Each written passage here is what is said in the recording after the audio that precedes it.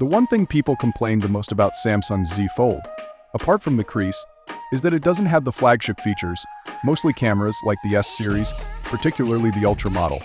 It doesn't really make sense considering the fact you're paying about $2,000 for it. For a phone that costs nearly $2,000, you'd expect it to have every bell and whistle, but it hasn't quite lived up to that expectation.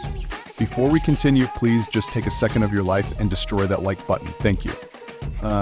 Finally, Samsung is bringing flagship cameras to the Z Fold by introducing the Z Fold 6 Special Edition, or Slim, or Ultra.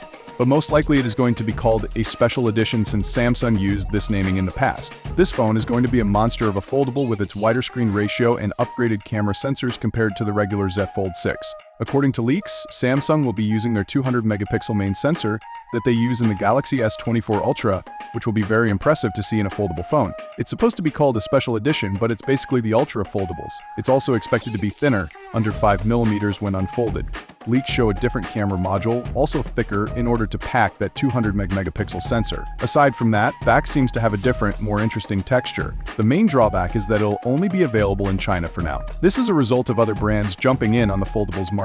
For example, Honor is bad-mouthing the Fold every chance it got this week. The Chinese vendor just unveiled the Magic V3 in Europe, which is now the world's slimmest foldable phone. At 9.2 millimeters, the Magic V3 is even thinner than its predecessor.